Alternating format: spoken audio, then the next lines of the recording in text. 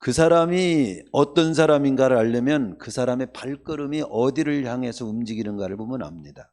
오늘 또 우리는 하나님을 경외하는 사람들이기 때문에 하나님을 예배하는 자리로 여러분의 발걸음이 옮겨진 줄로 믿습니다. 우리는 지금 사도행전을 보고 있죠. 사도행전. 이 사도행전이라고 하는 말 자체는 사도들의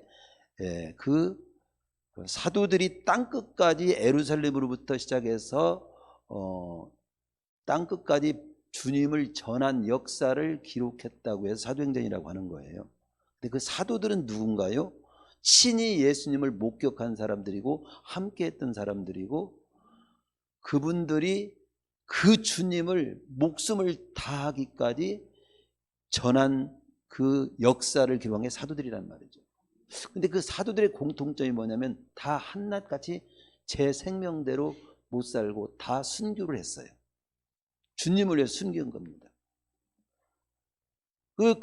이 사도들이 그 주님과 함께 했던 사람, 주님을 목격했던 사람, 그 주님을 땅까지 전했던 사람들이 그 주님을 전하기 위해서 목숨을 다 아깝게 생각하지 않고 다 순교를 했다는 사실만으로도 부활은 확실하며 예수님은 그리스도라고 하는 것이 사실이라는 걸 알 수 있는 거예요. 예수님이 그리스도가 아니라면, 죽어도 사실은 부활이 없다면 누가 그 주님을 위해서 목숨을 아깝게 생각하지 않고 죽을 수 있습니까? 나부터도 안 죽어요.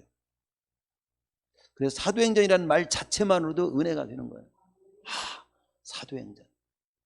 땅끝까지 복음을 전하기 위해서 목숨을 초계같이 버린 사람들, 다 한 사람도 빼자고 다 순교하는 거예요. 부활이 분명하고 예수님이 정말 그리스도가 분명하다. 이 사도들의 행전만 봐도. 또 성령행전이라고도 하거든요. 성령행전. 이 성령이 역사한 그 역사를 기록한 것이라 하는 거죠. 성령은 누굽니까? 하나님의 영이죠. 즉 하나님이 기록하게 한 역사죠. 하나님이 역사를 기록하게 했다? 그러면 하나님께서 이 역사를 왜 기록하게 했을까? 이 기록을 보는 사람들로 하여금 하나님이 우리에게 전해주시고자 하는 메시지를 듣게 하기 위해서 기록했다 이거지. 그래서 우리는 이 사도행전을 보면서 그냥 단순히 바울이 어디서 있다가 어디로 갔네 이렇게 볼 것이 아니라 그의 어떤 행적 속에 나타난 하나님의 역사, 또 하나님의 역사 속에 담긴 우리를 향해 하나님이 들려주는 메시지, 그 메시지를 듣고 나는 지금 어떻게 살 것인가, 그걸 깨닫고 살으라고 이 사도행전이 있고 오늘 그 말씀을 또 선포하라고 저를 세운 거죠. 오늘 그 사람이 어떤 사람인지를 알려면 그의 발걸음이 어떤 발걸음인지 보면 알 수 있다고 한 것처럼 오늘 제목이 예루살렘을 향한 이 사도 바울의 일행의 발걸음을 보면서 우리는 그들이 어떤 마음을 가지고 살았고 어떤 태도를 지녔고 어떻게 인생을 살았는가를 우리는 또 볼 수 있는 겁니다. 우리 저번 주일에는 바울이 밀레도라고 하는 곳에 도착해 가지고 에베소 교회 장로들을 청해서 고별 설교를 하게 되는 앞뒤의 내용을 중심으로 해서 바울의 과거, 현재, 미래를 살아가는 그 모습을 살펴보면서 은혜를 나누었습니다. 오늘은 바울 일행이 그 에베소 장로들을 작별하고 밀레도에서 고스로, 그 다음 로도로, 그리고 바다라로, 또 베니게로 배를 타서 이 구브로라고 하는 것을 인편에 이렇게 두고 지중해를 건너는 걸 말합니다. 수리아로 행선해 가지고 두로에 예루살렘 쪽입니다. 상륙해서 거기서 짐을 풀고 제자들을 찾아서 7일을 머물게 됩니다. 근데 그 거리가 약 640km에 해당되는 거리요, 우리가 알기 쉽게 하면 한 1600리에 해당되는 거리예요. 100리도 멀은데 1600리에 해당되는, 그 당시 교통도 발달되지 않은 그때 얼마나 먼 거리입니까?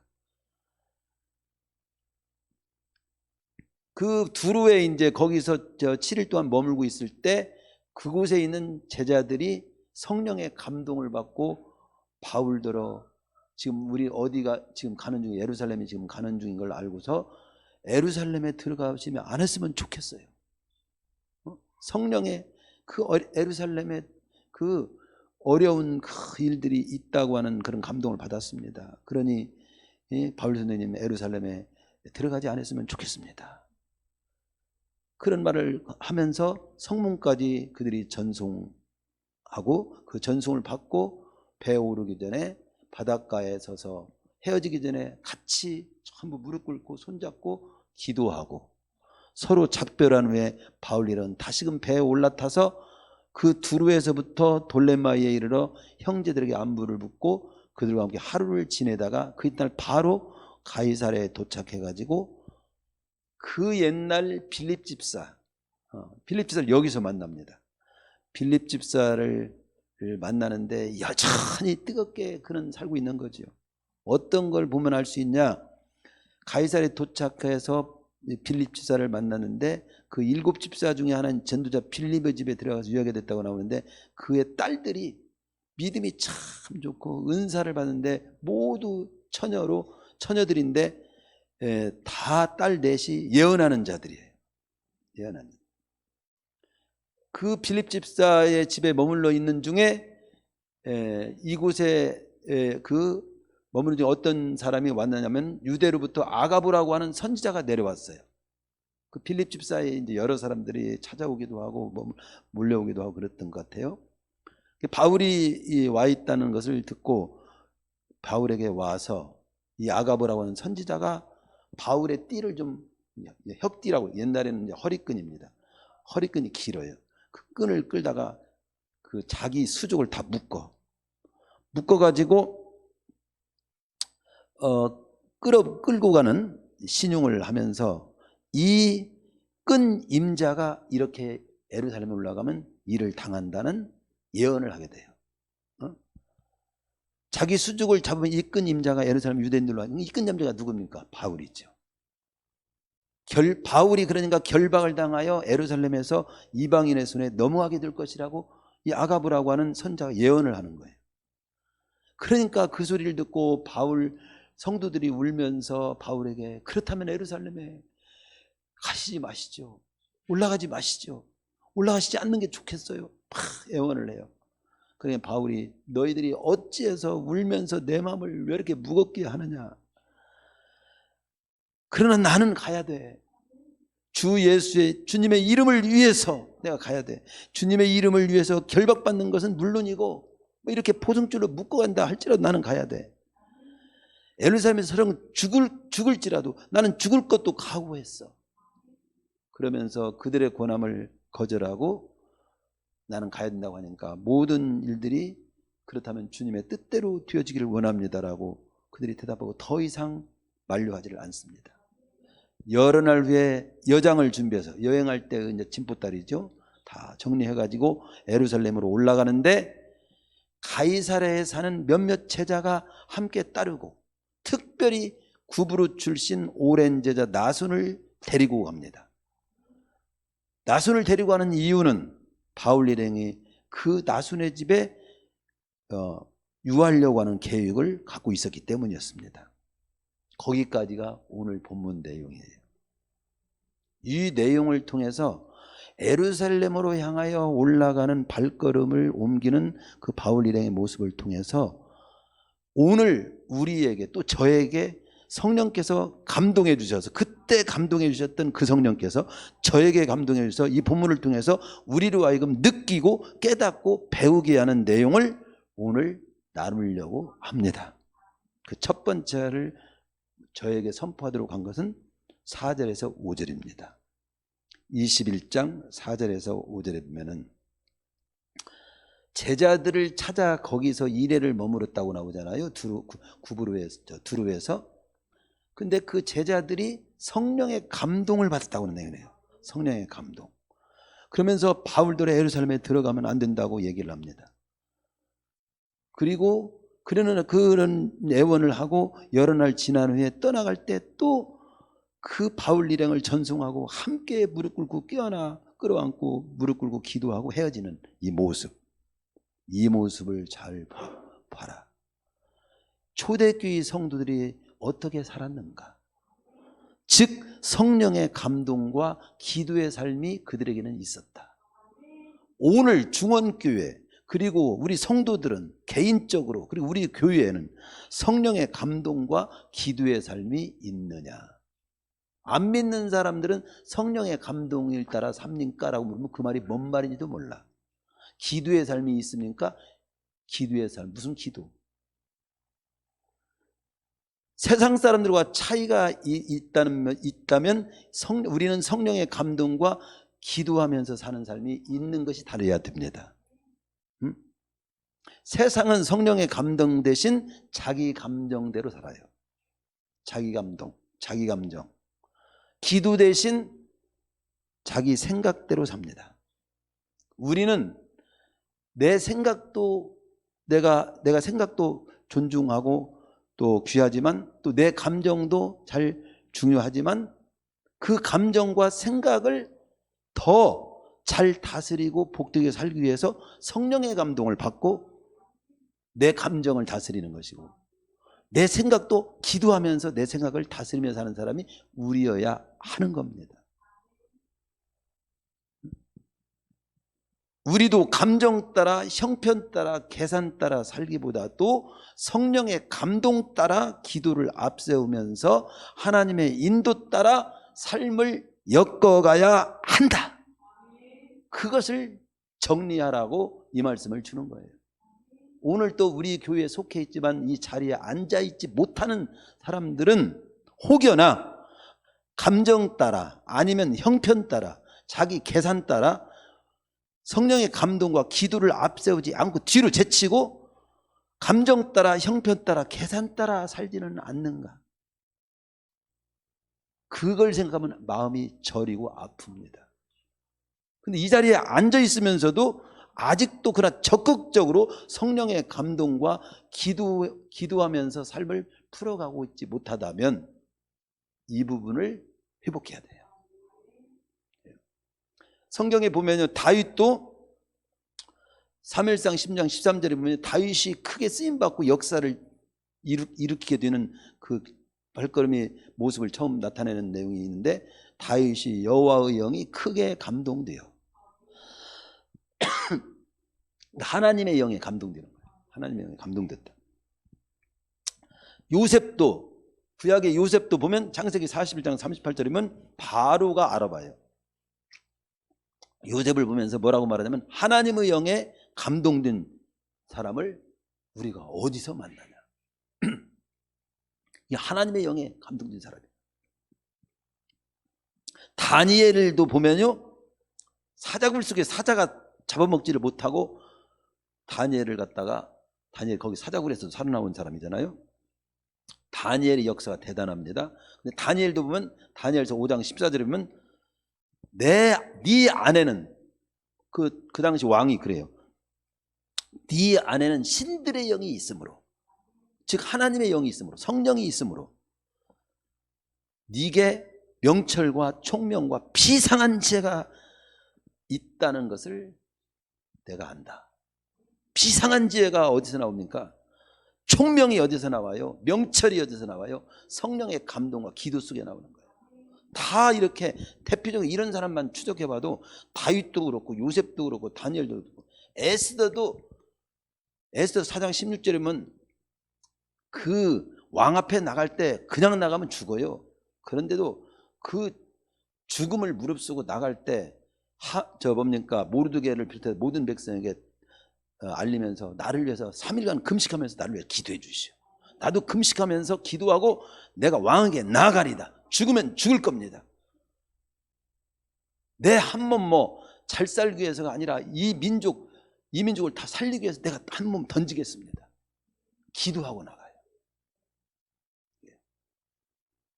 바로 초대교회 성도의 삶 속에는 성령의 감동과 기도가 있었다. 이걸 보게 하는 거예요. 우리 교회가 성령의 감동과 기도가 있는 교회가 되어야 될 줄로 믿습니다.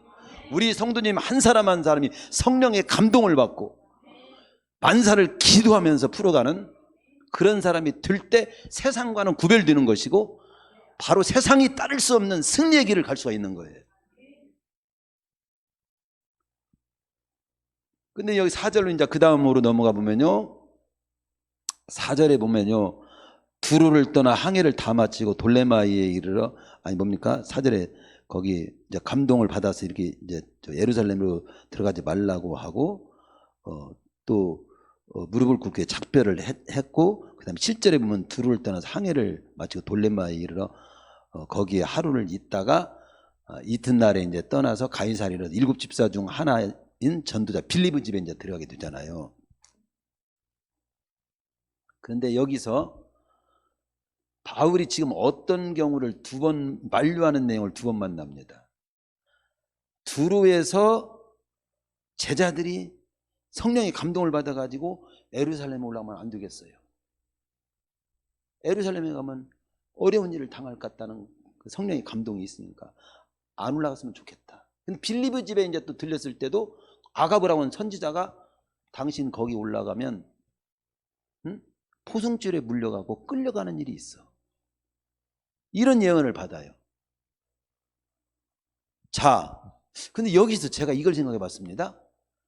그러면 성령께서 이것까지 알려주셔야 되나? 거기 가면 예루살렘에 가면 어려움이 있어.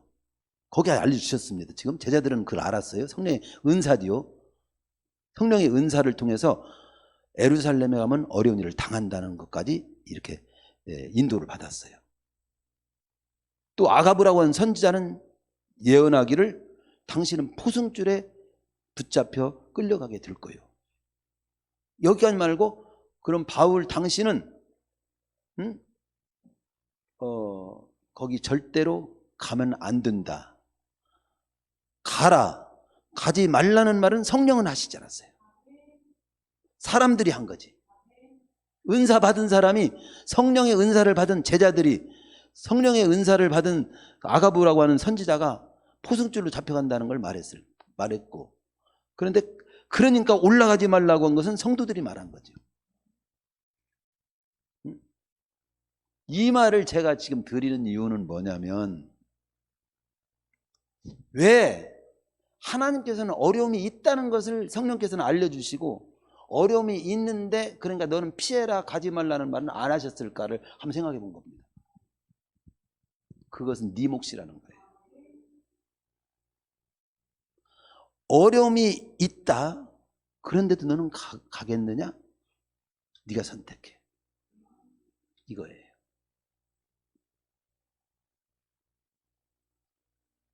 근데 이쪽 사람들은 성령의 감동으로 어려움이 있다고 하니까 다 가면 안 된다는 쪽을 다 택한 거예요.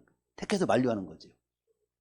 어려움이 있다는 것만으로 그냥 더 이상 뭐 다른 거 생각할 거 없이 가지 마요. 근데 바울은 어려움이 있을지라도 나는 가야 해. 어려움보다도 더 귀하게 여기는 무엇이 있었어? 그 주님의 이름이야. 주님의 이름을 위하여. 13절 나는 주 예수의 이름을 위하여 결박당할 일이 있을지라도, 아니 예루살렘에 죽을지라도 나는 예루살렘에 가서 복음을 전하다가 죽어야 돼. 거기까지 각오했어. 우리는 어려움이 있으면 어려움만, 주님의 뜻은 생각하지 않고 어려움이 있으면 그냥 어려움 안 당하는 쪽으로 풀어가 버리고, 형편이 그러면 그냥 교회 안 나오고, 다 먹고 살기 급급하면 주님의 뜻과 원하는 것은 생각하지 않고 먹고 사는 일에 내어드리고, 주일날도 바쁘면 한 번쯤 빠질 수 있다는 쪽으로 그냥 가고, 하나님이 원하시는 그 삶은 어떤가는 생각하지 않고. 여기서 제가 그것을 저는 예민하게 보게 하셨어요. 예루살렘에 가면 어려움이 있다. 네가 갈 건가 안 건 네가 선택해. 네가 어떻게 풀어갈 것인가는 네 태도는 네가 정해. 네가 암이 걸렸어? 어떻게 그 암을 만났을 때 어떤 태도로 풀어갈 것인가는 네가 결정해. 절망하고 원망하고 풀어갈 것인가, 이 암이 걸린 상태에서도 믿음을 지키며 하나님 백성답게 나는 이 암을 처리하고, 저는 죽을지라도 하나님 백성답게 이 암을 내가 대하면서 갈 건가. 빚을 졌어도 이 빚진 상황에서 빚만 갚기 위해서 노력할 것인가? 빚이 졌지만 나는 하나님의 백성으로서 이 빚구덩이에 빠진 상태에서 어떻게 풀어가는 것이 하나님이 원하는, 기대하시는, 보기를 원하는 모습일까? 그 모습을 나는 지닐 것입니다로 갈 건가? 네가 결정해. 선악과 먹으면 죽어. 근데 딸려 먹을 때 손목을 다 끊지 않고 내버려뒀어. 먹고 안 먹고는 네 선택에 네가 결정해. 근데 아담과 하와는 결국 유혹적을 결정한 거지. 오늘 우리도 마찬가지야. 주일을 만났어. 네가 결정해. 교회 갈 건지 안 갈 건지. 전도할 사람을 만났어. 전도할 건지 안 할 건지 네가 결정해. 병이 들었어. 어떻게 살 건지 네가 결정해. 죽음이 코앞에 왔어. 어떤 생각을 하고 어떤 태도로 그 죽음을 맞이할 건지 네가 결정해. 이 부분이 중요합니다. 바울은 어려움보다도 나는 주님의 이름을 위해서 결박도 죽음도 각오했습니다를 택한 겁니다. 바울이 어떤 삶을 추구했는가를 엿볼 수가 있다 이겁니다. 두루와 가이사랴에서 제자들과 선지자 아갑으로 하여금 바울이 2번이나 예루살렘에 올라가면 어려움을 당할 것을 분명히 알게 됐지요. 그러나 그는 고집 피우는 것도 아니고 무모한 짓을 하겠다는 것이 아니라 주님의 뜻과 주님의 이름을 위하여 나아가는 길목 속에 어려움이 기다리고 있을지라도 그 어려움 때문에 주님의 뜻을 피하고 주님의 이름을 외면할 수는 나는 없다. 어려움이 있더라도 주님의 뜻을 받들고 나갈 것이고 주님의 이름을 위해서 나는 사는 길을 가겠다. 어렵냐 어렵지 않으냐로 결정한 것이 아니라 이 길이 주님 보시기에 합당하고 복되게 가야 할 길이냐 안 갈 길이냐를 그걸 생각한 거죠. 바울은 육신이 편안하고 주님의 뜻을 저버리는 길보다는 고난이 있더라도 마음이 평안한 주님의 뜻을 이루는 길을 추구하는 삶을 간 겁니다. 은사를 받았다고 해서 다 잘 사는 것이 아니에요. 예언의 은사를 받아서 앞길에 어려움 당하는 거 알았잖아. 근데 삶은 피하는 쪽으로 자꾸 원하잖아. 피하는 쪽으로.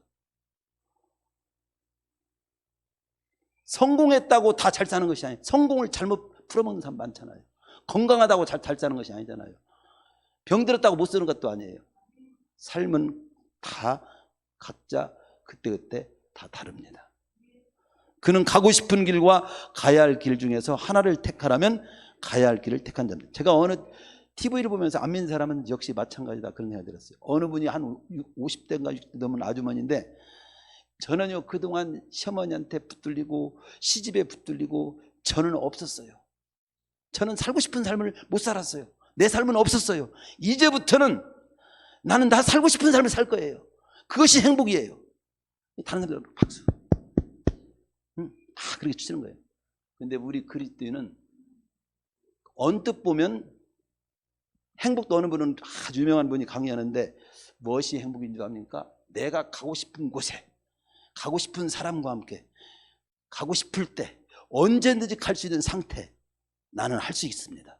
그렇기 때문에 지금 나는 행복합니다. 이렇게 행복을 그렇게 말하더라고요. 저는 반대예요. 뭐 때문에? 내가 진짜 돈도 없고 또 여러 가지 막 억눌려 갖고 못 가는 것이 아니라 주님 때문에 가고 싶은 곳 있지만 안 가고 함께 하고 싶은 사람이 있지만 아쉽게 어떤 면에서는 그대로 지켜보고 그래서 못 가는 거지 안 가는 거지 그것이 나는 행복이라고 생각하는 것이죠. 네? 내가 가고 싶은 곳 나는 주님 때문에 얽매이는 것이 얼마나 많습니까? 벌써 여러분도 주일날 대둔산 놀러 못 가잖아요. 예를 들어서 네? 여행 못 하잖아요. 근데 그걸 얽매이니까 나는 이제부터는 안 매일 거야. 나 행복을 찾아 살 거야. 어떤 면에서는 굉장히 그게 행복인 줄 알지만 주님 기억하며 주님을 예배하는 쪽 때문에 매인 것이 더 행복하다고 느끼는 사람이 참 하나님의 백성이에요. 가고 싶은 길 못 갈지라도 주님이 기뻐하시는 길을 그 길을 가야 할 길이라고 생각하고 가는 사람들 그게 우리예요. 세상 사람들 때는 그냥 바보지. 바보지요. 저는 기꺼이 바보라고 할지라도 그 길을 가기로 말씀을 보면 볼수록 저는 확신을 합니다.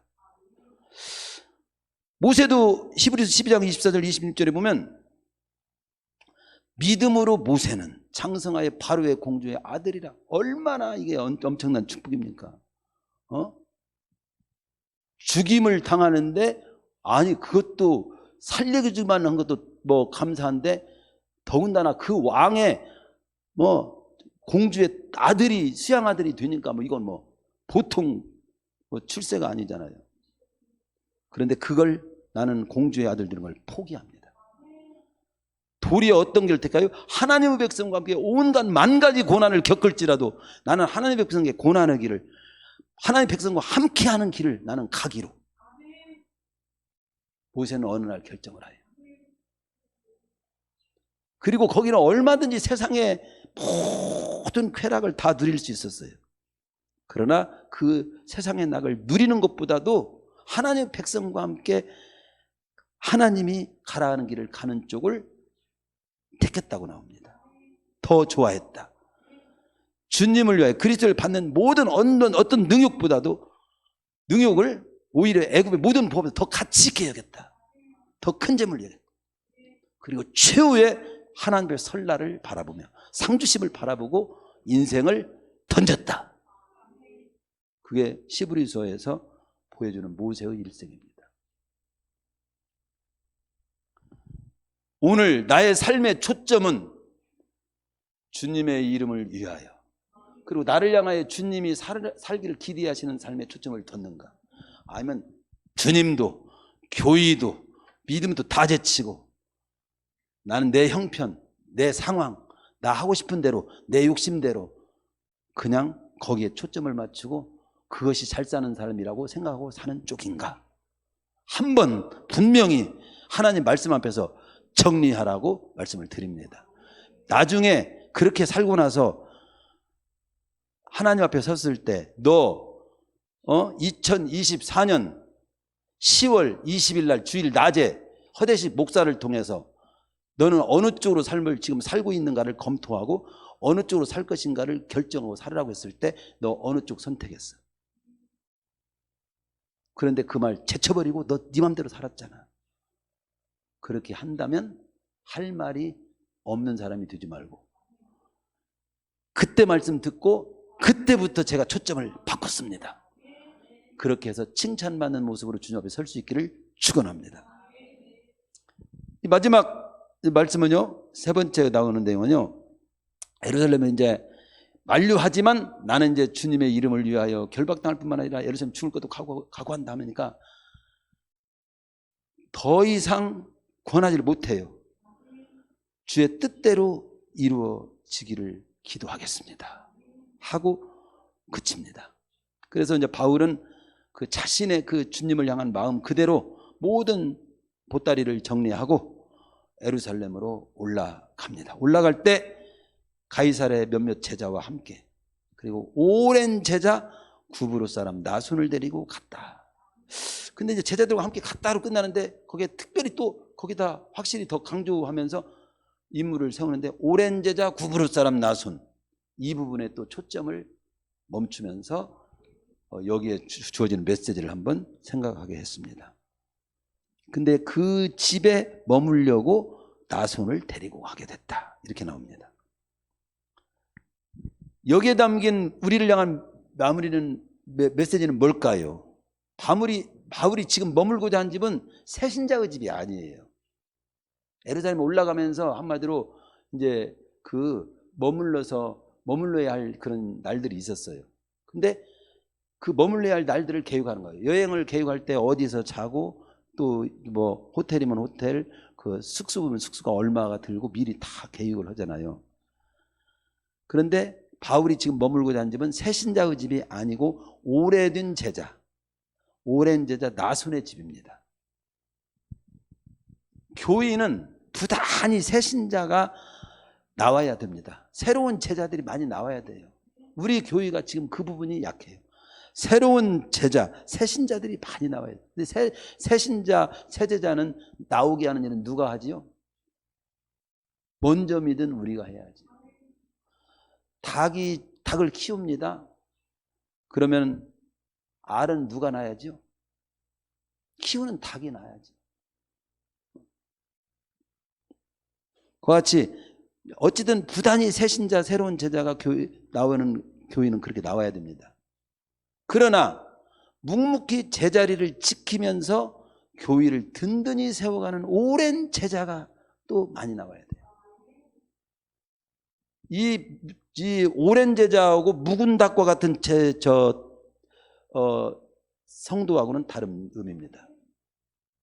묵은 닭은 뭐냐면 연주만 자랑하고 반질반질해가지고 자기 고집만 세우고 들어봤자 뻔해. 설교 30분은 결론 난 30만 보면 목사님 어떻게 설교하는 거 알아. 이렇게 하고 살지는 않는 사람. 그게 묵은 닭 같은 신자입니다. 새 신자가 들어오면 콕콕 찍어대고 이게 묵은 닭이야. 말은 많은데 순종은 없고 실천이 없고 변화가 없는, 신앙의 나이는 많지만 신앙의 나이값을 못하고, 이름은 집사, 장로, 권사 다 이름은 다 가졌는데 이름값을 못하고, 직분은 맡았는데 허울만 직분이야. 감당해내는 것이 없어. 열매가 없어. 그런 사람이 묵은 닭 같은 신자입니다. 근데 묵은 닭 같은 신자가 아니라 여기는 오래된 신자인데, 오래된 이 제자 나수는 그런 의미와는 다른 의미를 담은 제자예요. 다른 의미를 제가 말씀드릴게요. 여기서 성경에서 말하는 오랜 제자, 여기 나수는 연단받은 제자입니다.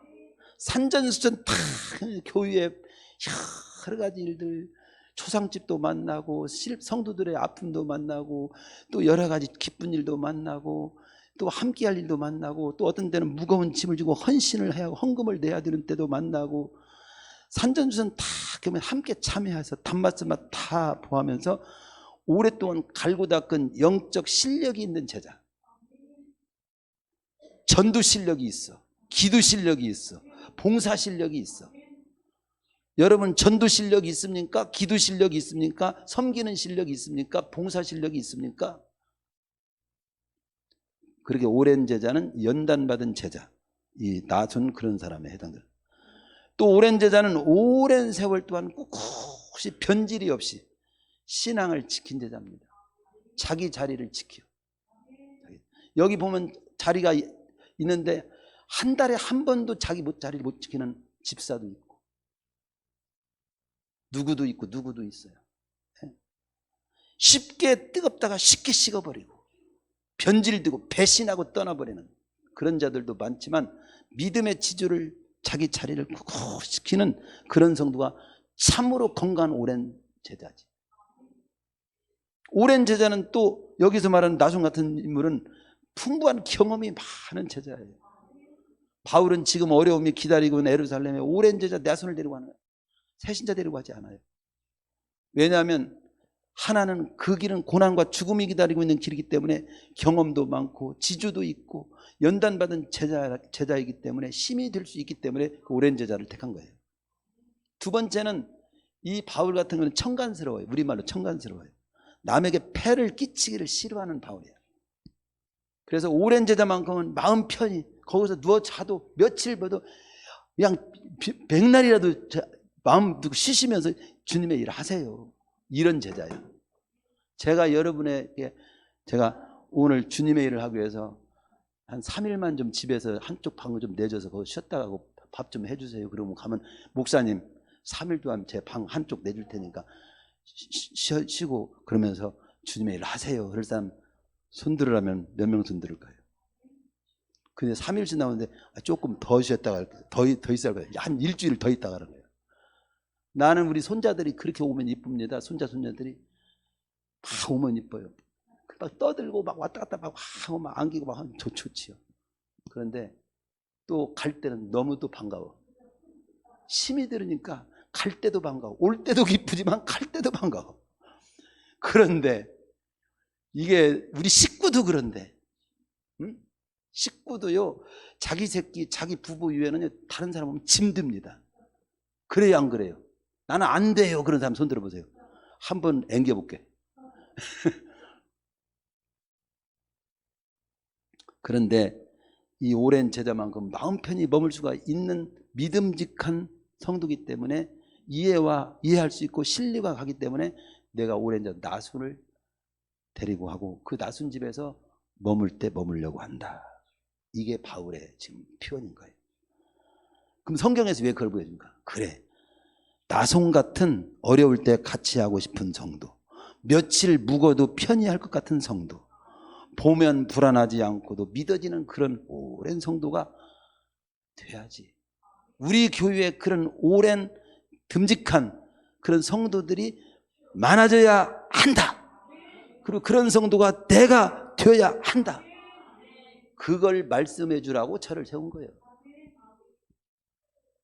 말씀 끝났어요. 오늘은 요약합니다. 주님, 바울과 초대교회 성도들처럼 저희들도 성령의 감동과 기도를 앞세우며 우리의 삶을 엮어가게 해주십시오. 이 기도가 있어야 돼. 감정 따라, 계산 따라, 형편 따라, 막 자기 욕심 따라 그렇게 조금 그렇잖아요. 두 번째는 어려움이 기다리고 있는 예루살렘 향해서 오로지 주님의 이름을 위해서 전진하는 이 바울의 모습을 보면서 도전받아야 돼요. 육신이 편안하고 그러면서 주님의 편안하고 좋지만 주님의 뜻을 저버리는 그쪽보다 설령 고난이 있고 힘들지만 마음이 평안하고 주님의 뜻을 이루어서 오히려 고난으로 생각하지 않는 그런 모습으로 삶을 추구하는 우리가 성숙한 우리가 되게 해주십시오. 이게 돼 있어요. 그리고 오랜 제자 나손처럼 우리 교회 안에서 믿음직한 성도, 변질 없는 성도, 연단받은 성도, 풍부한 경험이 많아서 그 여러 가지 만 가지를 만나도 덕스럽게 지혜롭게 은혜롭게 풀어가는 성도, 그런 우리가 되고 내가 되게 해주십시오.